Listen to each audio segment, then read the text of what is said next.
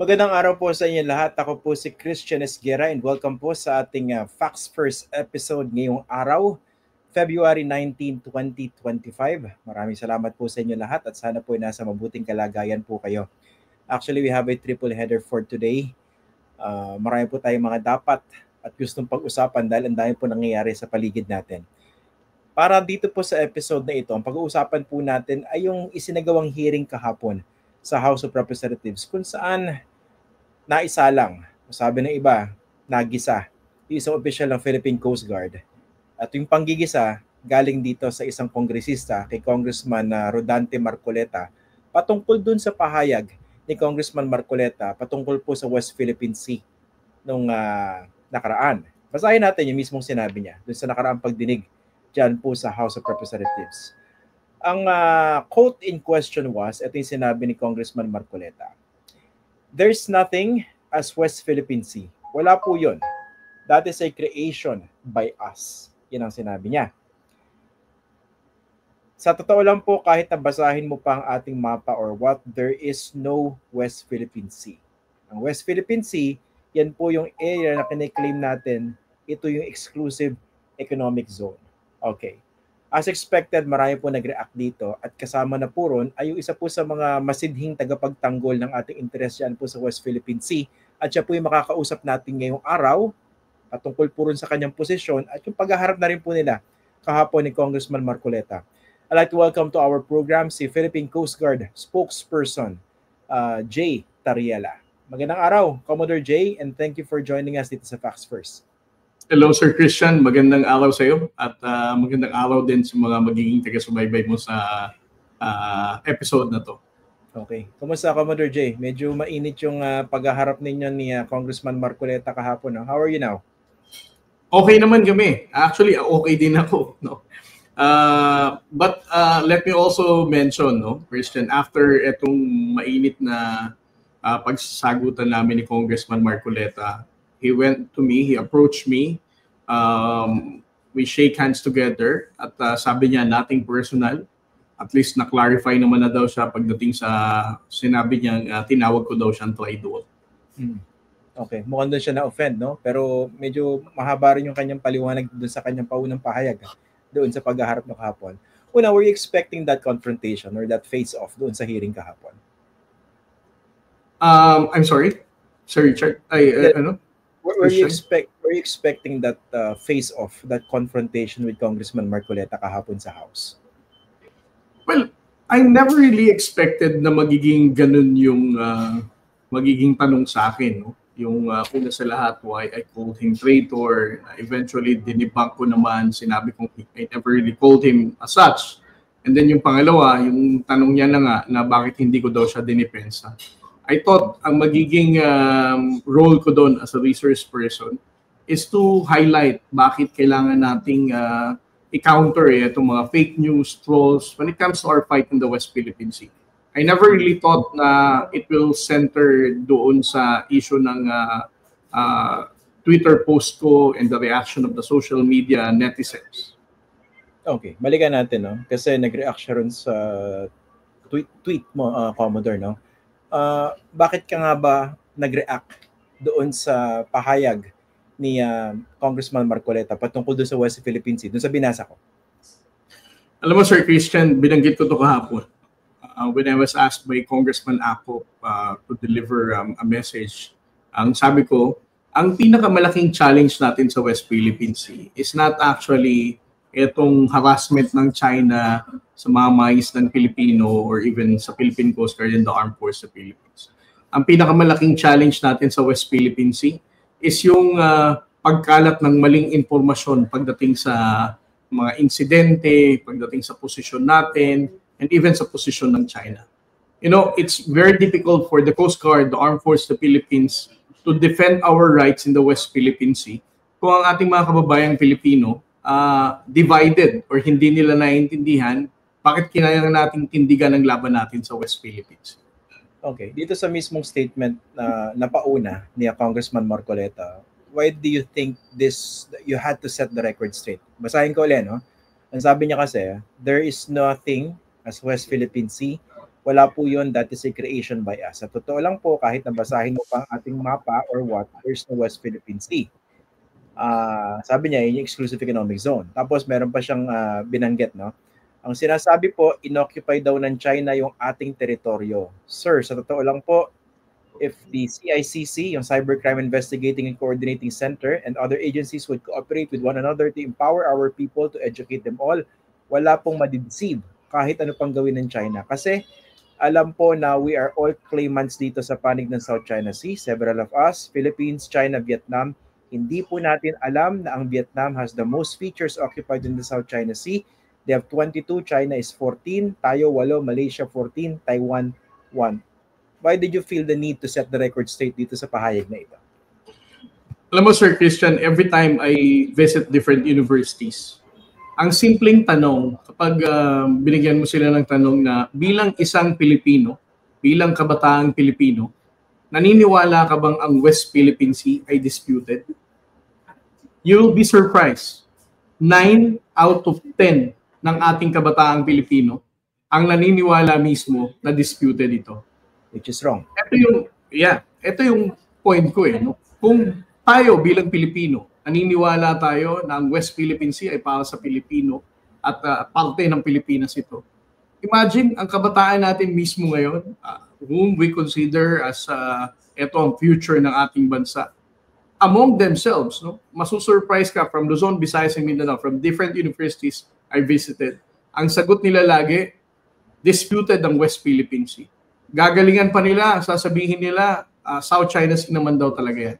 So, kapag makakarinig ka ng isang politiko in a public hearing, just like what TRICOM did a few weeks ago, at maririnig mo isang kongresista sabihin niyang, hindi totoong West Philippine Sea, gawa-gawa lang natin yan.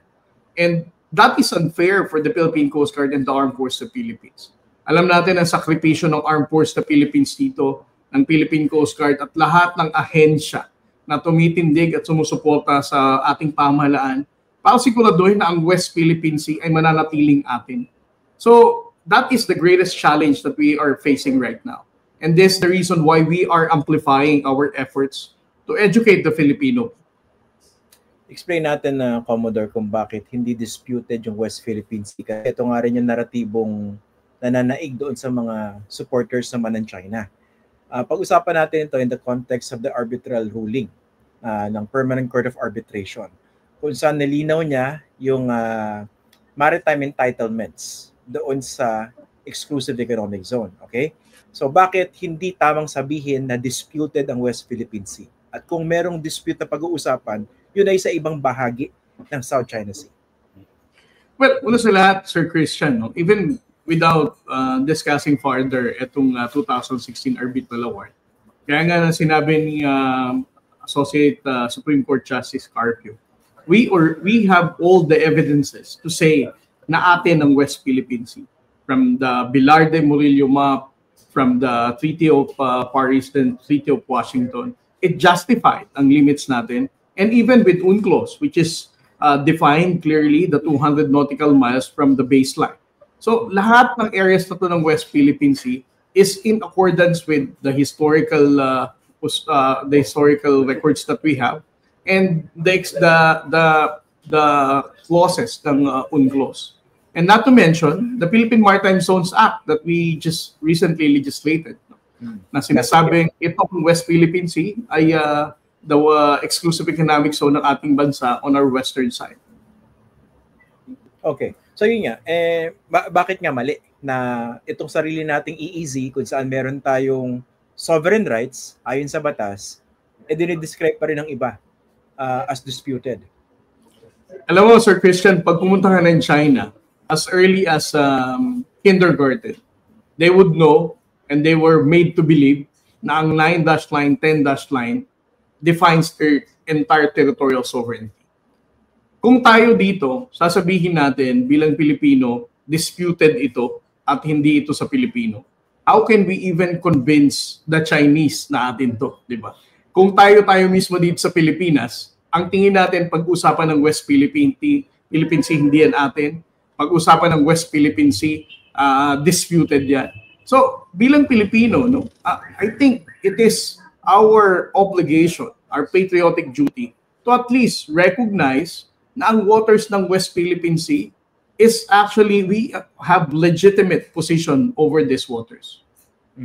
Okay. Doon sa pag-iikot nyo, Commodore, no, na-mention mo na sa mga universities, you were surprised na marami sa mga estudyante natin, sa mga kabataan, parang ang tingin nga nila disputed yung West Philippine Sea. Why do you think this is the case?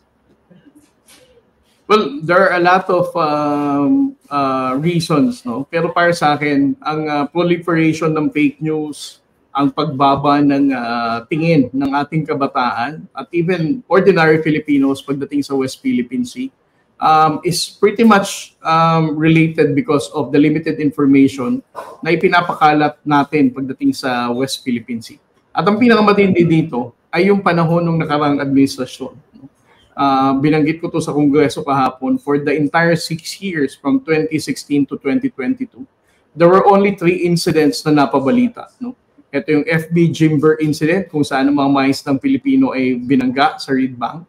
Pangalawa is yung water cannon ng resupply ng Armed Forces sa Philippines. At pangatlo, ito yung Chinese swarming sa Julian, Philippines. It doesn't mean na wala nang ibang insidenteng nangyari dito. Ang nangyari lang, the former administration was had a very limited information na ipinakalat sa publiko. And they always undermine our position in a way na parang tipong they downplay always this harassment of the Chinese government. So, with the very limited information na ibinibigay natin sa publiko, at the same time, meron pang proliferation of fake news na ginagawa rin ng China, highlighting na kanilang kabuuan ng South China Sea.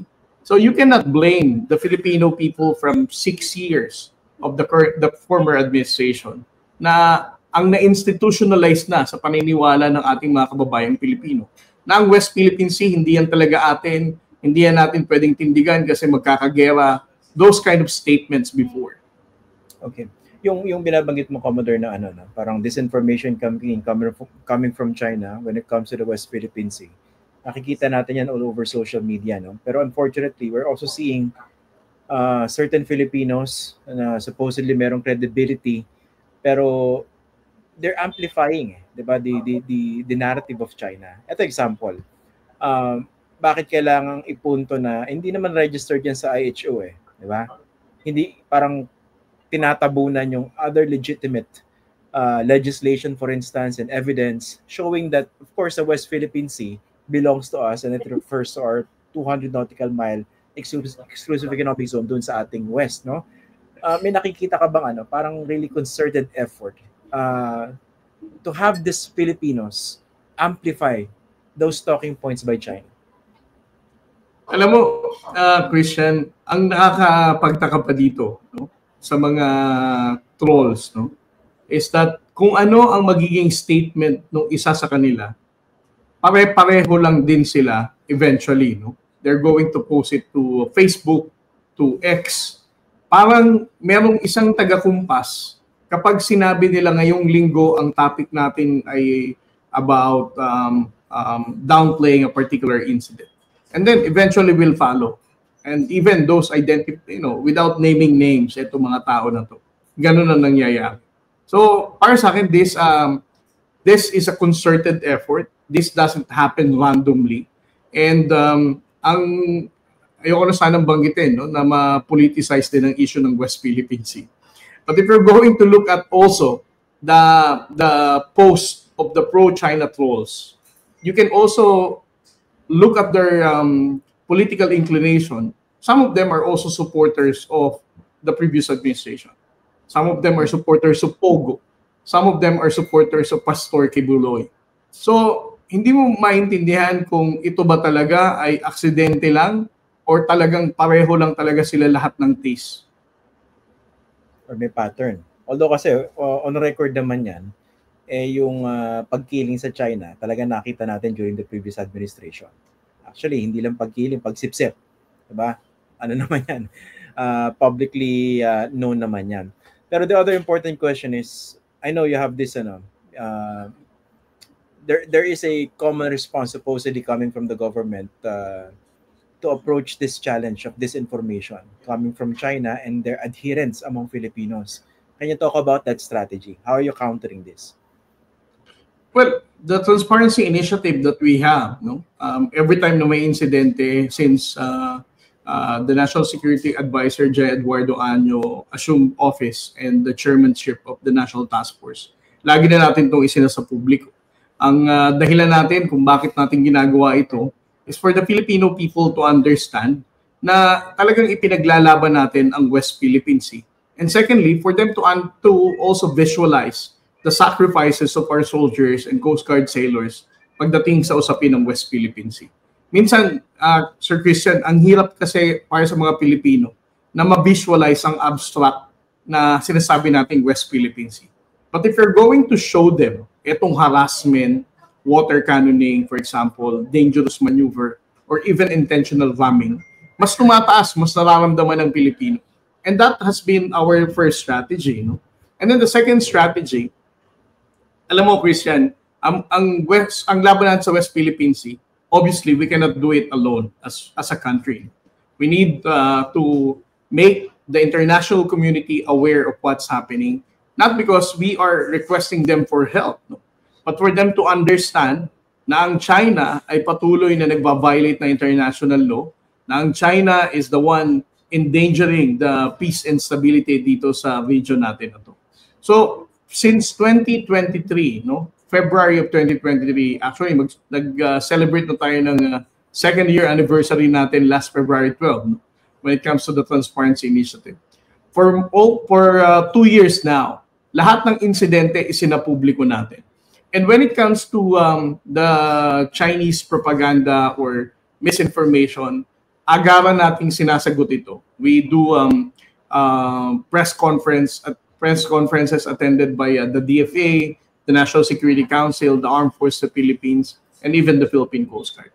Para sa atin, it's important for all of these spokesperson to face the public, respond to the media interviews, para mas mailahad natin lalo kung ano ang katotohanan ng bawat insidenteng nangyayari sa West Philippines. Okay. Aside from that, Commodore, do you have any other sophisticated approaches in your arsenal, so to speak, to counter this Chinese influence operations? Basically, ganito. No?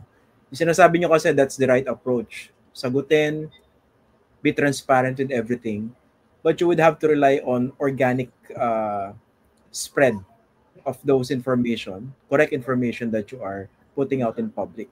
Eh kung ang kalaban nyo, meron silang tinatawag na social engineering on social media, basically, alam nila kung saan ipapakalat, anong oras, tapos hindi naman totoong tao yung mga ipapakalat, medyo mahirap yung laban, no? Yung dun sa aspekto na yun, how are you countering that? Commodore. Sir Christian, nawala ako sa signal. Anong part yun nadinig mo, Commodore? Yung part na ano ang sophisticated effort talaga natin in countering fake news. Kasi sa inyo organic yan, di ba? Magpe-press con kayo. Kung ang kalaban nyo naman, socially engineered yung kanilang diskarte, very sophisticated, di ba? Sabi nyo, weekly, ito yung talking points, ito yung platforms kung saan ipapakalat, hindi naman kailangan totoong tao yung nagkakalat niyan, di ba? So, do you also have that kind of approach? Ano yung pang-counter nyo naman doon? Alam mo, to be honest, Sir Christian, we don't have that kind of approach. No? Yung, for example, gumawa ng trolls, mag-hire ng influencers or whatever. Ang one time, tinanong si NSA, no? J. Eduardo Año, he was asked when we were in Pag-asa, how can we be more effective in countering fake news? Dahil nagpo-proliferate na siya talaga. J. Eduardo Año responded in a very simple way. Ang sabi niya, we just have to keep on telling the truth. And so far, that's what we have been doing. We're just keep on telling the truth, and we amplify it with media interviews, media engagement, local government engagement as well. We also visit universities to inform the youth about what's really happening in the West Philippine Sea and the importance of our fight in the West Philippine Sea. Yeah, pero they also have, let's say, mga data scientists and other experts to help you better understand the digital landscape at malaman niyo kung talagang nagiging effective yung inyong transparency initiative in the face of this Chinese disinformation? Well, the Presidential Communications Office or PCO, no, have this kind of commercial software to understand naman what is the public opinion about the West Philippine Sea in different places. So we can at least measure, no, using such commercially available software to understand kung ano ang pulso talaga ng mga Pilipino, anong age group ang may ganito, and based on analysis of the social media platforms na nandito sa Pilipinas. Meron din po ba kayo, Commodore, na parang, of course, ano to, no, yung transparency initiative, I suppose, ano yan, whole of government approach. Pero when it comes to, let's say, institutionalizing certain information to be part of the basic education curriculum, para maituro na itong West Philippine Sea, ito yun. Di ba? Meron bang mga ganong discard? 2 weeks ago, Sir Christian, we launched the comic book project namin ng National Task Force West Philippine Sea. Ang pangalan ng book na yon is The Stories of Teacher June. We have English version and also Tagalog version.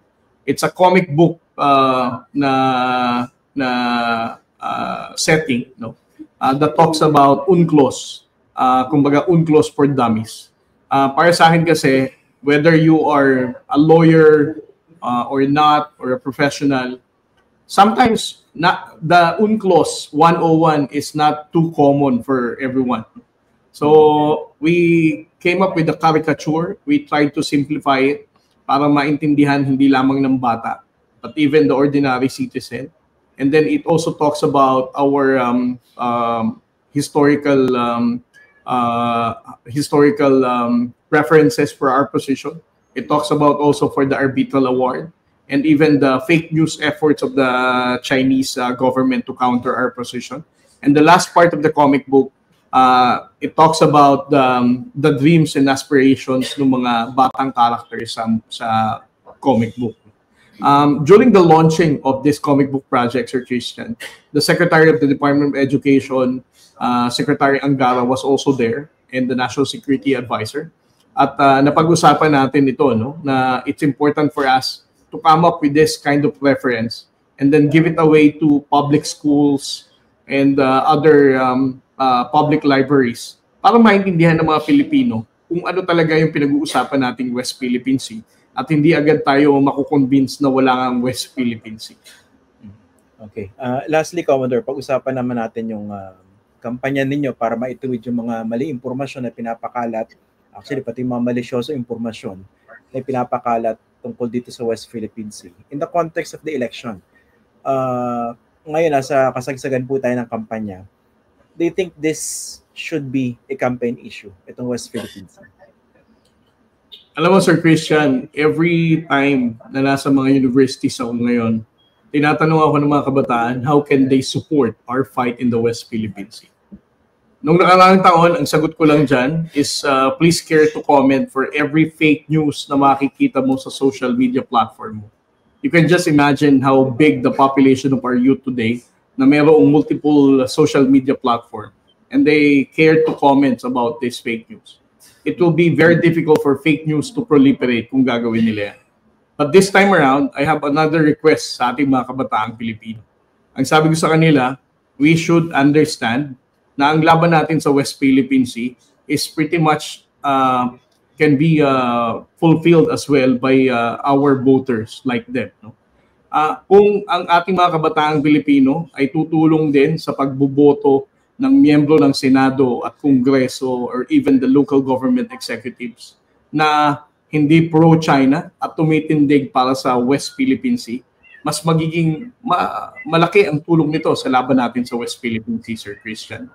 You can just imagine kung ang mai-elect nating additional na 12 senador sa Senado ngayon ay pro-China or even majority of the congressmen are pro-China, baka mahirapan si Pangulong Bongbong Marcos na i-prioritize ang modernization ng armed forces of the Philippines or even for the Philippine Coast Guard to have a significant increase of budget to support our operations in the West Philippine Sea.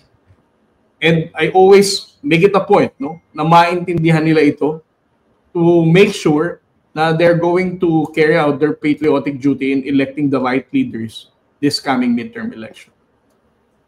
Finally, sa pag-monitor mo, Commodore, nitong mga sinasabi during the campaign or even in the past, are you convinced na mayroong mga Manchurian candidates dito sa election na ito? Siguro senatorial, congressional, or even other levels?